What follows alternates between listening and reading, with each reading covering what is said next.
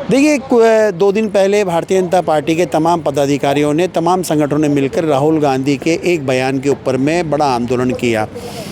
ख़ास बात ये रही कि उसमें राहुल गांधी का पुतला फूँका गया, क्योंकि राहुल गांधी ने रायबरेली के अंदर में देश के प्रधानमंत्री नरेंद्र मोदी और अमित शाह के ऊपर में एक टिप्पणी की थी। उसको लेकर भाजपा के तमाम कार्यकर्ता, पदाधिकारी जो है सड़कों पर उतरे और सड़कों पर उनका पुतला फूँका। लेकिन हम आपको एक चीज़ और बताना चाहेंगे, जहाँ पर संयम की बात की जाती है, शब्दों की बात की जाती है, वहाँ पर राजस्थान की शिक्षा मंत्री मदन दिलावर ने जो है कोटा के अंदर में लोकसभा अध्यक्ष ओम बिरला की मौजूदगी के अंदर में राहुल गांधी के लिए जिन शब्दों का इस्तेमाल किया, हम आपको बताना चाहेंगे। उन्होंने कहा कि राहुल गांधी नीच है, निकम्मा है और आतंकवादियों का सरगना है। तो क्या लगता है आपको, शब्दों की पराकाष्ठा सिर्फ कांग्रेस की तरफ से ही लांघी जा रही है, शब्दों की पराकाष्ठा भाजपा की तरफ से भी लांघी जा रही है? फ़र्क इतना है कि भाजपा के नेता बोलकर उन पे कोई कार्रवाई नहीं होती, लेकिन कांग्रेस लगातार जो है जिस प्रकार से बचावी मुद्रा के अंदर में आती थी वो अब नहीं है। कांग्रेस के तमाम पदाधिकारी हो, चाहे वो टीकाराम जूली हो, नेता प्रतिपक्ष या गोविंद सिंह डोटासरा हो, उन्होंने मदन दिलावर के इन शब्दों का कड़ा विरोध किया है। और टीकाराम जूली ने एक्स पर अपने लेख में लिखा है कि जो राजस्थान के शिक्षा मंत्री मदन दिलावर है वो अपना मानसिक संतुलन खो बैठे हैं। और साथ में उन्होंने लिखा है कि हम इस तरह की जो लेखनी है उसे बर्दाश्त नहीं करेंगे। हम अपने दर्शकों को ये भी बताना चाहते हैं कि एक केवल भाषा के शब्द के कारण सड़कों पर दोनों ही पार्टियां आ गई, लेकिन मदन दिलावर ने जिस तरीके से राहुल गांधी के लिए कहा, क्या वाकई में वो मानसिकता उनकी दर्शाती है? क्योंकि प्रदेश के प्रदेश अध्यक्ष मदन राठौड़ लगातार कहते हुए आ रहे हैं कि हमारे नेताओं को शब्दों पे संयम बरतना अत्यधिक आवश्यक ज़रूरी है। वो बार बार अपने नेताओं को, पदाधिकारियों को, मंत्रियों को लगातार ये बोलते हुए हैं कि शब्दों की भाषा को, शब्दों की मर्यादा को लांघा ना जाए। लेकिन क्या लगता है कि जिस प्रकार से मदन दिलावर ने जिन शब्दों का इस्तेमाल किया है, जिन शब्दों को बोला गया है, उसको देखने के बाद में क्या मदन राठौड़ अपने मंत्री पे कार्रवाई करेंगे? वहीं कांग्रेस हमलावर मूड के अंदर में आ गई है। कांग्रेस के लगातार गोविंद सिंह डोटासरा, टीकाराम जूली और तमाम उनके प्रवक्ता जो है इसमें आ गए हैं। उन्होंने जिस प्रकार शब्दों का इस्तेमाल किया गया है, हम आपके माध्यम से एक बात और बताना चाहते हैं कि परसों जब राहुल गांधी का पुतला फूंका गया तो जयपुर ज़िले के जो अध्यक्ष हैं अमित गोयल, उनके कार्यकर्ताओं के साथ में जिन भाषा का नारा लगाया गया वो हम अपने कैमरे पर नहीं बता सकते हैं, लेकिन वो वीडियो में आप देख सकते हैं कि जिस तरीके से उन्होंने जो भाषा का इस्तेमाल किया गया, शायद एक सभ्य नेता या स्वच्छ छवि का पदाधिकारी इन शब्दों का इस्तेमाल नहीं कर सकता। लेकिन क्योंकि भारतीय जनता पार्टी के तमाम नेता अपनी भाषाओं की मर्यादाओं की लक्ष्मण रेखा को लगातार पार कर रहे हैं और वहीं कांग्रेस इसको विरोध करती हुई आई है।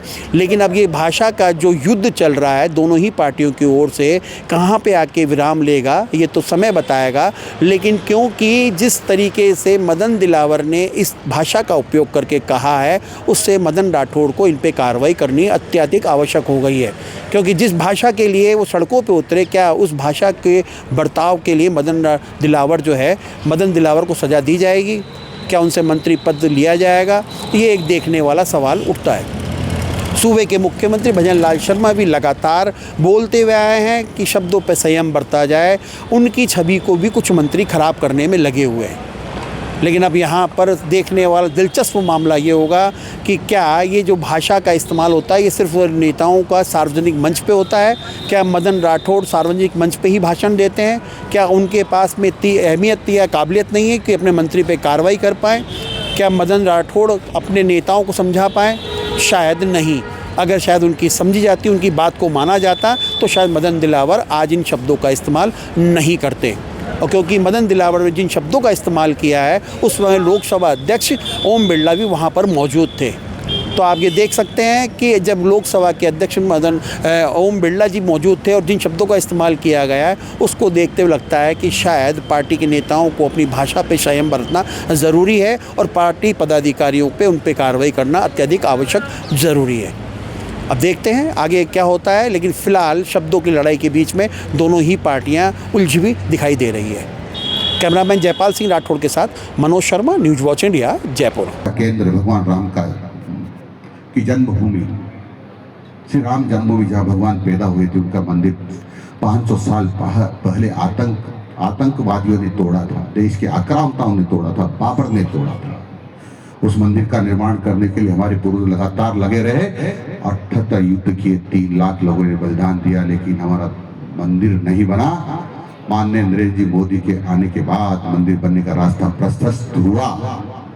कांग्रेस ने बहुत कोशिश की रोकने की, लेकिन रुका नहीं। मंदिर का निर्माण पूरा हो गया है और आज भी करोड़ों लोग भगवान राम की जन्मस्थली पर उनके दर्शन कर रहे हैं। ये हमारे सौभाग्य की बात है।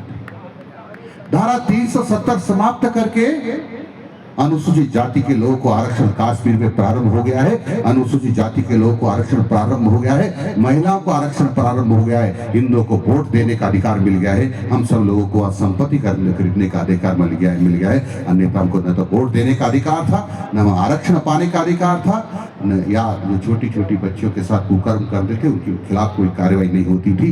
ये भी अब हो गया है। ये बहुत बड़ा काम माननीय नरेंद्र जी मोदी ने किया है। इसलिए देश के प्रधानमंत्री नरेंद्र जी मोदी के भी पूरा देश आभारी है। हम सब उनको नमन करते हैं। पर मित्रों, ऐसे देशभक्त सर्वश्रेष्ठ देश के हमारे विश्व के प्रधानमंत्री श्रीमान नरेंद्र जी मोदी को यह इतना सा आदमी जो आतंकवादियों का पक्ष धरे, देश को तोड़ने का पक्ष धरे, देश में जाकर, देश के बाहर जाकर के देश की बुराई करता, देश को नीचा दिखाने का प्रयास करता है। ऐसा व्यक्ति जिसकी मां आतंकवादी जब बाटला हाउस में मारी जाती है रात भर रोती है, रात भर रोती है, टुकुर रोती है। राहुल गांधी ने स्वयं ने कहा, जब आतंकवादी मारे गए तो मेरी मां को नींद नहीं आई, रात भर रोती रही। ऐसे आतंकवादी, ऐसे देश के दुश्मनों के साथ रहने वाले लोग, उनका समर्थन करने वाले लोगों के सरगना राहुल गांधी देश के प्रधानमंत्री को गद्दार करते हैं, चोर करते हैं, बेईमान करते हैं। मैं तो इससे नीच और निकम्मा व्यक्ति को इस देश में हो नहीं सकता जो राहुल गांधी जिसने इस प्रकार की बात कही। ये देश के साथ गद्दारी है और देश के प्रधानमंत्री के बारे में इस प्रकार की चर्चा करना मैं समझता हूं देश के प्रति श्रद्धा का भाव पैदा करता है। इसलिए ऐसे लोगों को इस देश की धरती पर रहने का अधिकार नहीं है। और इसलिए मित्रों, मैं आगाह करता हूं राहुल गांधी जी कि अपनी हरकतों से बाज आए, अन्यथा देश की जनता ने किसी को छोड़ा नहीं। अभी तो पश्चिम बंगाल में मिट्टी पलीत करा के आए ही हो। अभी तो कई सारी सरकारें जहां चुनाव हुए वहां मात खा के आए ही हो, और फिर भी इस प्रकार की बातें कर रहे हो। बौखलाहट है